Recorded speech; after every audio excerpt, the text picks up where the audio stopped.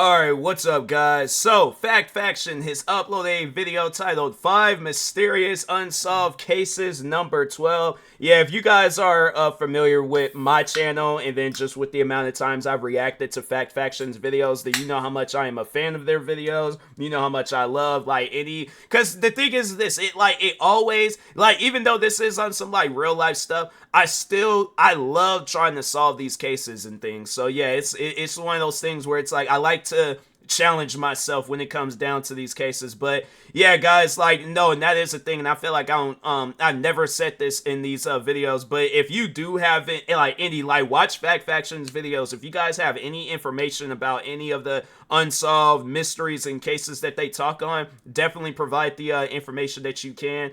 And yeah, let's help out some people and things. But anyways, if you guys haven't, make sure you go subscribe to Fact Faction for more videos like this. And with that being said, let's go ahead and get into this video.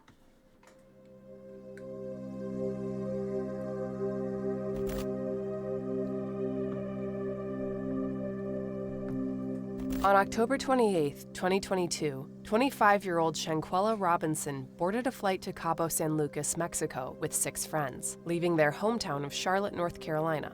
Her friends Khalil Cook, Malik St. Patrick Dyer, Winter Essence Donovan, Elise Michelle Hyatt, Dejanay Jackson, and Nazir Wiggins would all make the return trip within a couple of days. Shanquella would not. As a successful businesswoman and a social media personality, Shanquella happily shared her bounty with her friends, covering the steep nightly rental of $1,500 at the Villa Linda 32 in Puerto Los Cabos. Nice place. At first, everything seemed to be going well, and she cheerily phoned her mother, Salamandra, on their first night. Sadly, within 24 hours, things had taken a turn for the worse. Around 2 p.m. on October 29th, Salamandra received a call from Khalil Cook, one of the travel companions and a longtime friend of her daughter's. He informed her that Shanquella was ill and a doctor had been called. Shortly after 3 p.m., Dr. Gutierrez from the local American Medical Center arrived at the residence. In later police reports, the doctor noted that upon entering the villa, the residents informed her that Shanquella had had too much to drink. She observed that the young woman was dehydrated, disoriented, and verbally unresponsive, and advised that Shanquella be taken to the hospital. However, the other travelers insisted on treating her on site. Reluctantly, Dr. Gutierrez agreed to their request. Around 4:20 p.m. No, I'm that doesn't even make it sound like something more was they didn't want whoever them doctors were to see what that overall, my thing is this. That ain't adding up. If my friend is sick, I'm taking them to the hospital. I'm I don't care how I gotta do it. If I gotta put them in a fireman's carry and carry them all the way to the hospital, so be it. But my thing is this, unless you guys done did something to this girl, why are you talking about doing some, because my thing is this, are you guys trained nurses, medics, doctors, paramedics, whatever you want to call it? If you're not trained in that field, fam, you cannot help her. Unless, yeah, you know some CPR, that's taught to us when we're in school. Everybody knows CPR, or maybe not everybody, some people, but my thing is this, I know I'm not no doctor, so that's why you gotta take your friend to a doctor, but anyways, it sounded like something shady was going on. Shanquella suffered a seizure. As her pulse began to drop, she had trouble breathing, and paramedics were called to the villa. Roughly 30 minutes later, an ambulance arrived, but she was already going into cardiac arrest. After receiving 14 rounds of CPR, 5 shots of adrenaline, and 6 pulses with a defibrillator, attempts to resuscitate Shanquella failed, and she was sadly pronounced dead at 5:57 p.m. Police were dispatched to the residence immediately after her passing, and a report was filed indicating that Shanquella was uninjured, with authorities chalking her demise up to alcohol poisoning. The friends cut their visit to Mexico short and returned to their homes in the United States the following day, leaving Shanquella's body behind in Cabo. Initially, they told her parents that Shanquella had died from consuming too much alcohol, but soon, differing details in their tales emerged, and rumors of a violent fight between the travelers began to spread.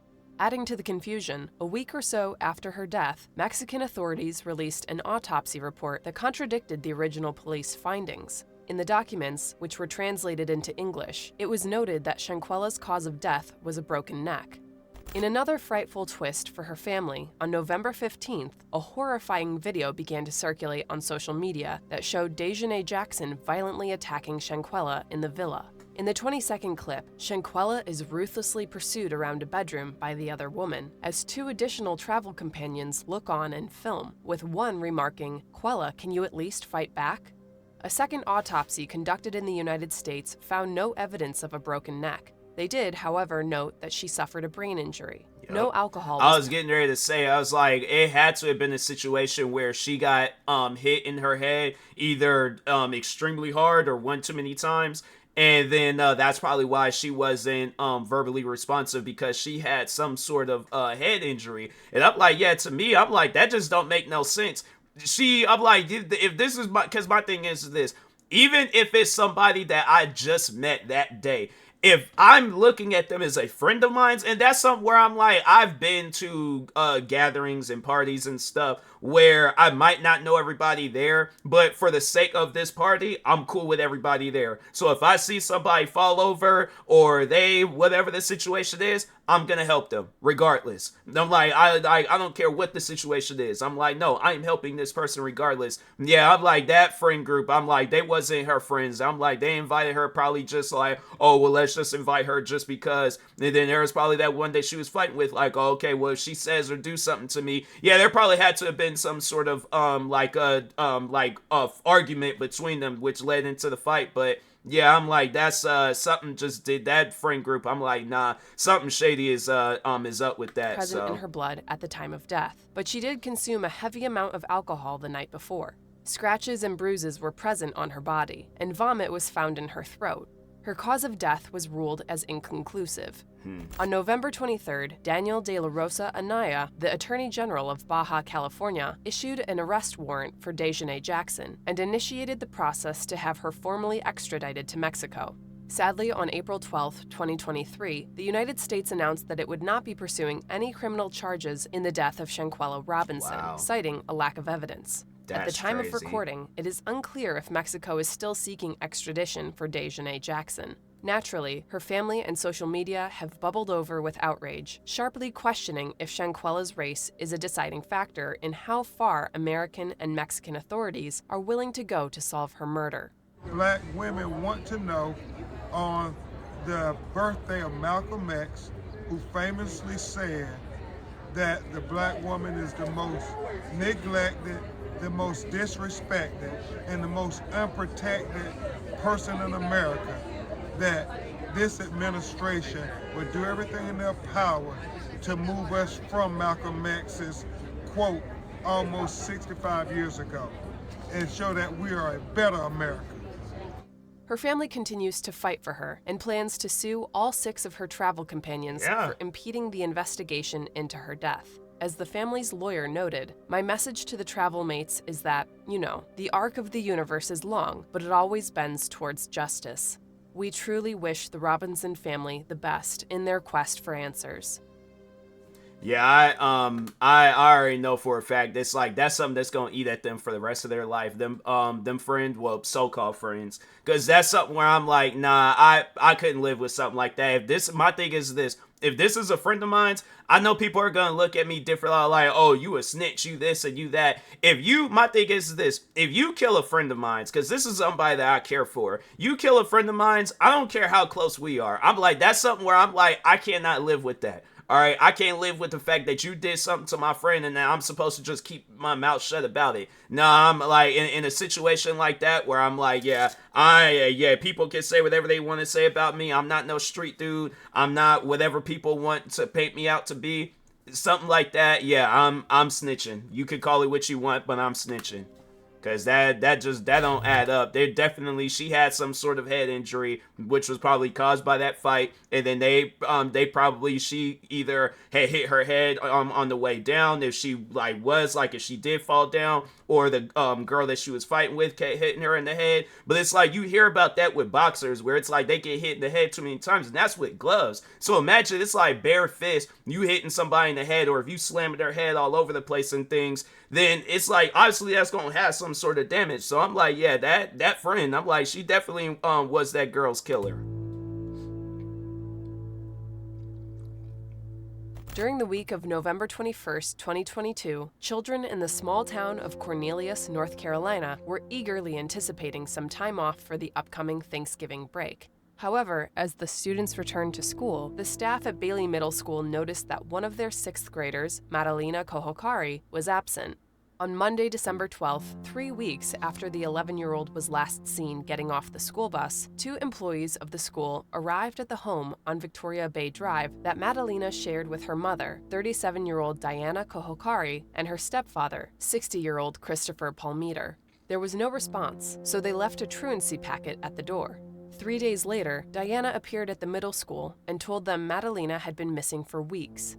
The authorities were called, and they promptly arrested Diana and Christopher for failing to report the disappearance. Yeah, it's like, that's something I'm on, like, the first day. I'm like, I know that there's, like, I think there's, like, rules, like, oh, you gotta wait a certain amount of time. I'm like, nah, bro, I'm not waiting. I'm like, this is my child. I'm not waiting for my child to reappear. My child usually shows up, they go to school at this time, and they show up home at this time. There ain't no, like, oh, and it's like, yeah, my thing is this. If I'm answering, so it sounds like the stepdad mom, they have something to do with her disappearance, but it's like, no, it's like if I call my kid and they're not answering their phone, and then hours and hours and hours then pass by after the time of them supposed to be showing up at home. Nah, I'm like, I'm not waiting. I'm like, we need to start up a search thing today, right now. But yeah, I'm like, that's what I'm imagining, like Amber Alerts and stuff like that. You know why that's a thing. But yeah, I'm like, I'm not waiting. I'm like, my kid's missing now, so. With the 2 in custody, an investigation was launched. Tips poured in. The Cojocari home was searched, neighbors were questioned, and nearby Lake Norman was dragged, but all to no avail. Still, there were some fishy occurrences. Firstly, police found a carpet pad, but no carpet in Madalina's room. Secondly, a neighbor reported witnessing Diana burning a couch and several other undisclosed items in the home's backyard on November 30th. There was no further movement in the case until May 2024. Both Diana and Christopher were convicted of failing to report Madalina's disappearance, but were released with time served. However, Christopher's testimony offered some more insight into the family's life. Originally from Moldova, Diana and Christopher's courtship began online. Ultimately, he proposed to her, and the pair married in January 2016, when Madalina and Diana came to the United States. It was, according to Christopher, a loveless marriage. They never consummated their union, and only kissed on special occasions. As for his relationship with his stepdaughter, Christopher stated that he paid more attention to her than her mother, taking her on bike rides and walks through their neighborhood. He added further so it's contact. like you do all of that, but you still fail to talk on. Because my thing is this. Okay, so regardless of who did, like whether the mom loved the daughter or the stepdad loved the daughter, and then like the other like guardian parent didn't, you gonna report that on the other. Like my thing is this. So if I'm in a relationship with a woman, she kills her daughter, I'll be like, I'm gonna tell. I'm like, I don't know what you think. I'm not living with this type of guilt. I'm like, I ain't gonna just be like, oh yeah, let's just disappear so we both look. No, I'm like, you did that mess, you getting the cops called on you. So yeah, that's just something where I'm like, that to me, that just don't make no sense. You say how much you love her and pay attention to her, yet you didn't even report her disappearance. Yeah, I ain't hearing that. Text for the burnt couch, noting that the family had many cats who relieved themselves anywhere in the home, and this led to soiled items that Diana would burn. He also shared that since 2021, his wife had become intensely religious, staying up late at night, praying and chanting, and expressing fears that she was being stalked by famous figures like Vladimir Putin and Michael Jackson. He says that Diana never told him where Madalina was, and he believes that she sent her away to her relatives in Moldova. He has since filed for divorce. On the other hand, a relative of Diana's told local police that they spoke with Diana 12 days after Madalina was last seen. Expressing a desire to divorce Christopher, she told the unnamed relation that her marriage was bad and she wanted to smuggle herself and her daughter away. Diana, at her trial, offered no explanation on her daughter's location. For the duration of her time in the spotlight, she has remained opaque, never showing heightened emotions when confronted with the vanishing of her only child. She was released in May 2024 and initially returned to the family home on Victoria Bay Drive. However, Diana only holds a green card that allows her to work in the United States. She is not a citizen, and many speculate that she will be deported. On June 25, 2024, the Cornelius Police Department named her as a suspect in her daughter's disappearance. And 2 weeks later, Diana posted a picture on a plane with the caption, "On the way to New York JFK, to Frankfurt, then to Bucharest." It was initially believed Diana could not leave the country since the authorities had her passport, but she could have been granted emergency documents. At the time of recording, authorities have neither confirmed or denied if Diana has left the United States. Theories are rampant online, with some speculating the young girl was sold to traffickers by her stepfather, her mother, or both. Others believe Diana killed her, or that Christopher killed her and she covered up the crime. No matter what happened, an innocent little girl has been missing for almost 2 years, and she deserves justice. At the time of her disappearance, Madalina was 4'10" and 90 pounds. She was white with brown hair and brown eyes, and would now be 13 years old. The Cornelius Police Department asks that you contact the number on the screen if you have any knowledge of her whereabouts. Yeah, that's like, the parents, they definitely know more, because it's like, you, any parent that has love for their kid, whether you're the like biological parent or the step parent, you're gonna report that. All right, you are going to flat out report that. There ain't gonna be no, oh well, we forgot, or we, no, that's stuff that you just know. And I'm like, yeah, that's something where I'm like, and even I feel like that's something that you tell the stepdad, where it's like, okay, hey, I'm sending my daughter back home. Oh, okay, cool. But you just don't up and just do it, like, without telling nobody, because then that's just gonna look weird. And then it's like, you got where the school, then to me, I'm like, that's another thing. It's like, okay, this, like, where were you guys at when the school, I imagine, school, they're gonna be like, hey, what's going on, calling, because I'm like, fam, if I ain't trying to crack no jokes, but I'm like, I had teachers calling my my home left and right every time when I got in trouble. So I imagine that they was calling the home, they knocked on the door, they did all these things, and you guys ain't answering, responding, or doing nothing. Yeah, that's what it's gonna raise suspicion and make you guys look guilty. Y'all know something. All right, so yeah, but I guess anybody that does live in this area or around that area, keep an eye out, because obviously, hopefully, yeah, she is alive. And but yeah, they're just, if you do know anything, yeah, call the cops on that. But yeah, them parents, I'm like, that it's stuff like that where I'm like, nah, bro, you deserve to be in some sort of like prison, because I'm like, your daughter disappears and then you don't talk about it, or it's like you ain't even trying to help or do nothing. Nah, that's just weird to me. I'm like, there could be even a situation where it's all like, even if it ain't even my kid, still, I'm gonna go out and look for that kid. That's just crazy. Around 11:30 p.m. on August 5th, 2022, 16-year-old Kiely Rodni texted her mother to tell her she would be heading back home to Truckee, California within 45 minutes. The teen had spent the evening partying with a large group of friends at Prosner Family Campground, roughly 12 miles from her residence. However, she never made it home.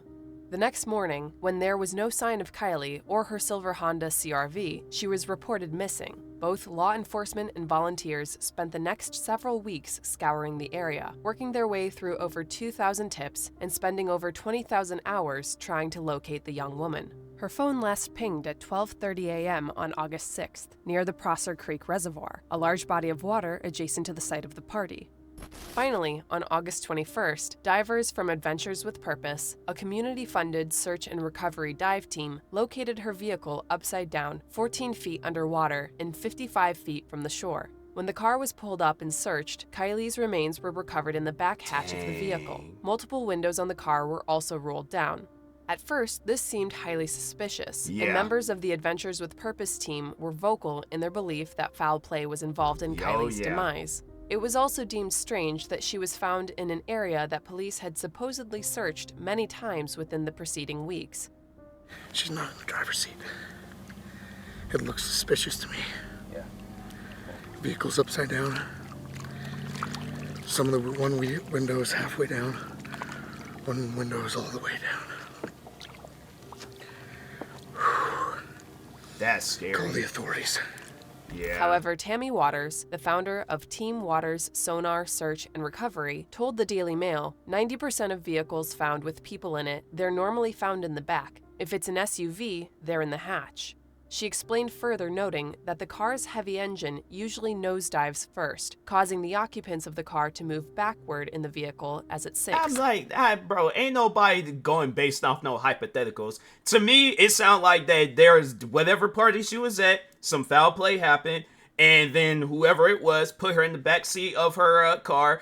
And then, because my thing is this, if the windows are rolled down, then it's like, what's going to stop? Yeah, I imagine it's going to probably be some sort of pressure, but it's like, I imagine that once when the car doesn't hit unless she doesn't hit her head and then drown, then that would be the only way I could possibly think of her being stuck in her car. Other than that, my thing is this. If you're fully aware of what's happening, or it's like, yeah, your car is getting ready to go into the water, yeah, you're going to be like, oh my God, let me hurry up and get out of my car. And even if it is submerged in the water, you're going to be like, okay, let me take my seatbelt off and swim up to shore and stuff. But to me, I'm like, yeah, that don't sound right. That doesn't sound right at all. I'm like, the people that she was partying with need to be questioned. That's what sounds right. They're chasing the air, she said. Furthermore, her autopsy showed no signs of foul play, and the pathologist ruled that her death was the result of drowning. The toxicology report showed ethanol and THC in Kiely's system, but ethanol can be present as a byproduct of decomposition, and not necessarily due to alcohol consumption. The formal consensus is that Kiely died because of a tragic accident, and nothing strange has ever been found to suggest that she had enemies or anyone who might want her dead. Nevertheless, there are some determined online sleuths who maintain that because she was found in the hatch, something darker befell the teenager that August night, and local authorities are covering it up. People have accused her friends of staging the scene, or that the entire case was a scam for the Rodni family to obtain money through the GoFundMe page set up during the hunt for their daughter. It is important to note that these are conspiracy theories with no basis in fact. As of May 2024, Kiely's father and grandfather have filed a libel case against one such internet personality. Popular YouTuber and podcaster Ryan Upchurch has continued to post extensive theories about the nature of her death, even going so far as to claim that Kiely Rodni isn't a real person and allegedly doxing her father online. Wow. There ain't no information saying this person is real. Yeah, to me, I'm like, I feel like that it's not in my, it's not my place to be talking on something like that. It's like, yeah, I know I do these videos, but I more so do these videos to help, where it's like, okay, I hope they, gives out some sort of answers. Like, really, at the end of the day, anybody can be a suspect in this whole situation. But I don't know. I feel like that's something where it's like, fam, you hadn't even seen her body. So it's like, how could you make that assumption that she's not a real person and things like, yeah, that's just, to me, I feel like that's just, you're kind of reaching a little bit too much in this situation. And it's like, fam, if it ain't your place to be talking about it, don't talk about it. But anyways. Bro. Zero. The court has allowed the libel claim to move forward, but the outcome is unknown at the time of recording. No matter what happened to Kiely that night, we offer our deepest condolences to the Rodni family. Yeah, a lot of disappearances.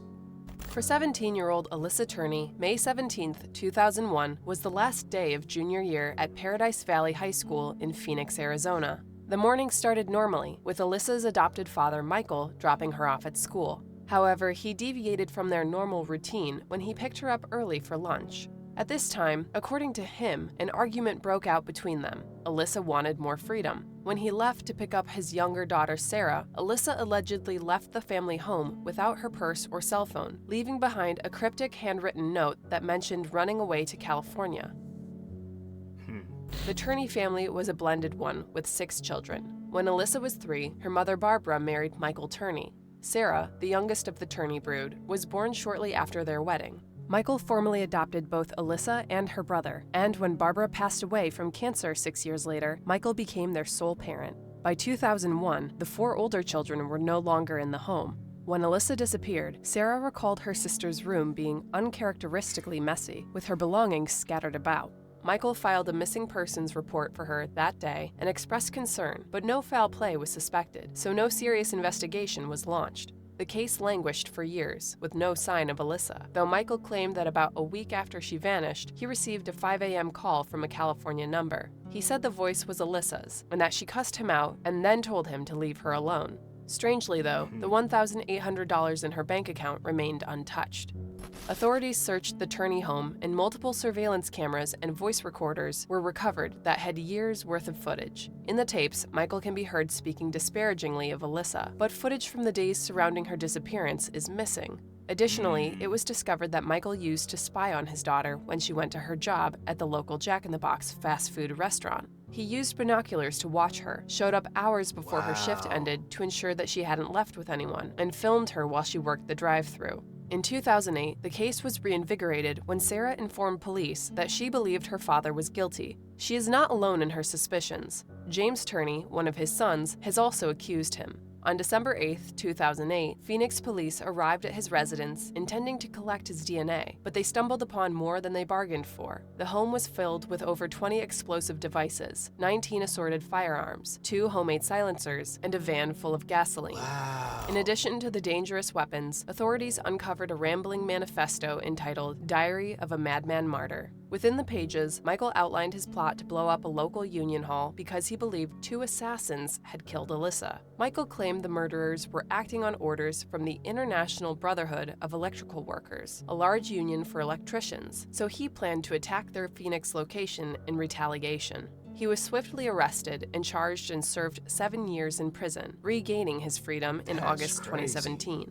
Alissa has remained in the public eye over the last 2 decades thanks to Sarah's tireless dedication, and her case has been the subject of numerous true crime shows and podcasts, with millions online speculating on her whereabouts. A break in the case came in August 2020, when Michael was arrested in Mesa, Arizona, and the Maricopa County grand jury charged him with the second-degree murder of Alissa. Unfortunately, in July 2023, all charges against Michael were dismissed, citing a lack of substantial evidence to support a conviction. Both the Phoenix Police Department and the Maricopa County Attorney's Office strongly disagree with the judge's decision. Your attorney said you were concerned about the case. Are you going to keep searching for Alissa? I'll never stop looking for my daughter. Now, Michael Turney is in his 70s and continues to stridently assert his innocence. Thanks to double jeopardy, he cannot be retried for the murder of his daughter, and the best option remaining for Sarah and the other Turney family members who support her is to turn to the civil courts and file a wrongful death suit. Sarah mentioned to True Crime Arizona that local police consider her sister's case solved but not resolved. So the prosecution does a terrible job. And the defense gets this very rare acquittal granted, and my father is a free man.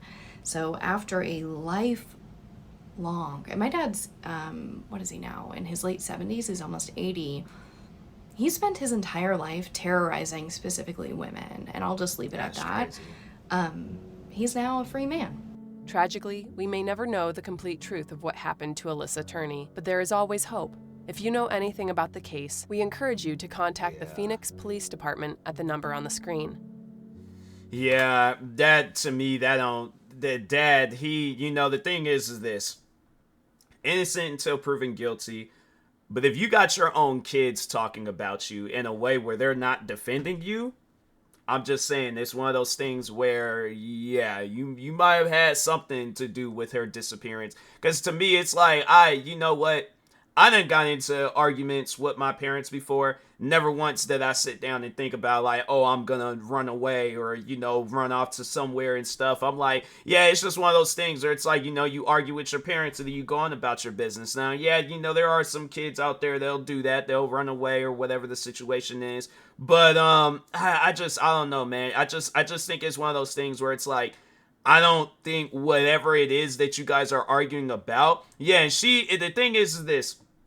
If she did run away, I feel like that there had to have been, if you got like tapes spying on her and all that stuff, then all of a sudden the day that she disappeared, yeah, it seemed like that something shady had happened. And I'm like, yeah, it's one of those things where I'm like, if her remains, I don't even want to like put that out in the air. Hopefully she is alive somewhere. But all I'm saying is that if her remains, show up somewhere, the dad has something to do with it. I ain't gonna believe no Secret Service, like top agent guys was out to kill your daughter. And it's like, what reason would they have to be messing with you or your daughter?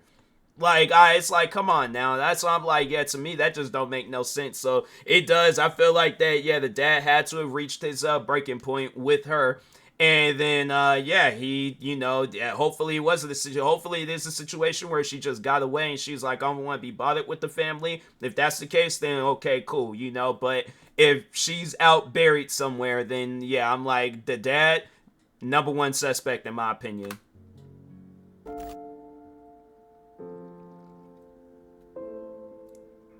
On September 11th, 2014, 3-year-old William Tyrrell, his 5-year-old sister, and their foster parents packed up the car and drove to their foster grandmother's home in Kendal, Australia. This was a 4-hour journey north along the coast from their home in Sydney. Little William was never seen again. For legal reasons, the names of William's foster parents and grandmother remain anonymous, so for this video, we will refer to his foster mother as Jean, his foster father as Greg, and his foster grandmother as Gloria. The next morning, Greg left Gloria's home around 9 a.m. to make a conference call in the nearby city of Lakewood. William, dressed in a Spider-Man costume, played on the porch with his sister, while Jean and Gloria looked on. The final photos of William snapped by Jean at 9:37 a.m. show this scene. Shortly after, the children went to the yard to play hide and seek. This continued for about 30 minutes, but when William fell silent for 5 minutes, Jean went to look for him. Searching the house and surrounding property yielded no results. Greg returned at 10:33 a.m. and began knocking on doors and talking to neighbors, but there was no sign of William. At 10:56 a.m., Jean called 000, the Australian Emergency Services line, and reported William missing. New South Wales Police Force responded promptly, arriving at Gloria's residence on Benaroon Drive within 10 minutes. The thing is this, like, I don't have kids. I would love to have kids one day, but currently at the moment, I don't have kids. I'm not in a relationship with a woman that has kids. But even if that is the case, where it's like she ain't even, like, the kid ain't even my own blood, fam, I am going to be watching them like a hawk. Like, I am not breaking no form of contact with that child. I'm like, as soon as they go outside, I'm like, no, I need to be out there with you. I'm like, as they get older, I'll loosen up the ropes a little bit and stuff. But yeah, to me, I just think it's a dangerous thing, because it could be a situation where somebody could have kidnapped the kid.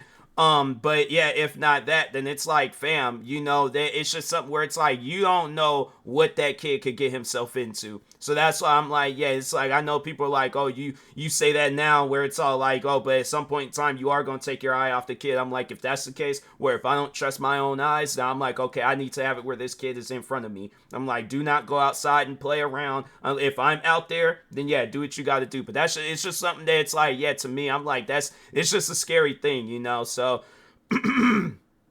I guess that just is my advice to parents out there. It's like, keep an eye on your kids. I ain't saying that you're not, but I'm just saying, just keep a stronger eye if you're not already on your kids. But anyway. Days of searching stretched into weeks that became months and ultimately years. Hundreds of police, emergency service personnel, and volunteers looked tirelessly for the missing toddler, both day and night. Dive teams, motorcycles, helicopters, and sniffer dogs were all deployed, but there seemed to be no trail of him beyond the Benaroon Drive property.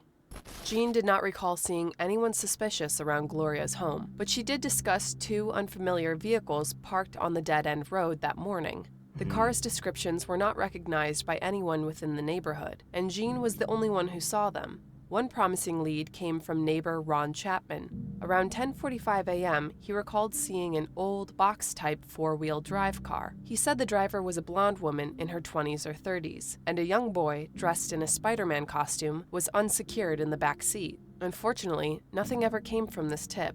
Originally, most thought William was the victim of an opportunity stranger kidnapping, which, though rare, is possible. To date, at least 3 men have been named persons of interest in the case due to their potential proximity and previous offenses against minors, but none have been arrested. The whereabouts of William's biological parents, though unknown to the public, have been accounted for, and they are not considered people of interest. New South Wales PD has continued to search for William, organizing ground searches in the bushland surrounding Kendal. In 2021, Detective Chief Superintendent Darren Bennett told ABC News, "It's highly likely that if we found something, it would be a body. We are looking for the remains of William Tyrrell, no doubt about that." A formal inquest into his disappearance began in 2019, but was paused in 2020, and has since been delayed. Between 2020 and 21, authorities covertly recorded Jean and Greg in their home and vehicles, hoping to uncover more information about William. While this didn't appear to move the case forward, it showed that the foster parents were potentially mistreating their other wards. During the summer of 2023, New South Wales detectives recommended that charges be filed against Jean. They believed the young boy may have accidentally died in her care and that she hid his remains. That could be In the case. 2024, the couple faced a host of charges for varied domestic violence allegations against other children in their care, including intimidation and assault. In the end, the bulk of these were dismissed, but both were found guilty of intimidating a child. At the time of recording, they have not yet been sentenced. The long-delayed inquest is scheduled to have its concluding sessions in November and December of 2024, and many hope that the truth is close at hand. For now, Gloria is deceased, and Jean and Greg maintain their innocence. William Tyrrell would now be 13 years old, and was last seen wearing a distinctive Spider-Man costume. If you have any information regarding his whereabouts, please contact New South Wales Crime Stoppers at the number on the screen. Although unsolved cases can be frustrating, we hope to raise awareness and increase their chances of a resolution. Yeah, most Do you have any definitely. theories you'd like to share about today's mysteries? Or The any last kid, though, I'm like, yeah, it could be a situation where it's like I was thinking that as soon as they started talking about it, because I was like, yeah, it's like a kid then disappeared. Sounds like the parents or foster parents, they probably like he probably was giving them some sort of, but that's like still though, it's like that's not a reason to do something to the kid because the kid's giving you a lot of trouble and stuff. But yeah, it probably was something where the kid was just being rebellious, not listening to them. They took the punishment too far. And then, yeah, overall, it led to, his disappearance, sadly. So, if it is a situation where, a woman had just took him and then, but he's still alive. Hopefully that is the case. But yeah, if not, then I'm like, them foster parents, I'm like, something ain't right with you guys. I'm like, how a kid is in your guys's, care and then he just randomly disappears. For cases you think we should take a look at? Give us a follow so you don't miss the next one. And as always, thanks for watching. Yeah, man, I'm like, at times, I'm like, them unsolved cases, I'm telling you, it's things where it's like, it really has you thinking, and it just really keeps your eyes open, like, dang, like, what if I see one of these people in these videos, So, yeah, it's definitely one of those things where it's like, I forgot to like the video when I had started it up, but nah, definitely if you guys recognize anybody, like go through, watch all their unsolved case videos, and if you recognize anybody or you feel like you've seen, then I'm like, do what you got to do, especially if it's in the same area where you think that they went missing or whatever and things. But anyways, make sure if you guys haven't, go subscribe to Fact Faction for more videos like this. Thank you guys for watching, and peace.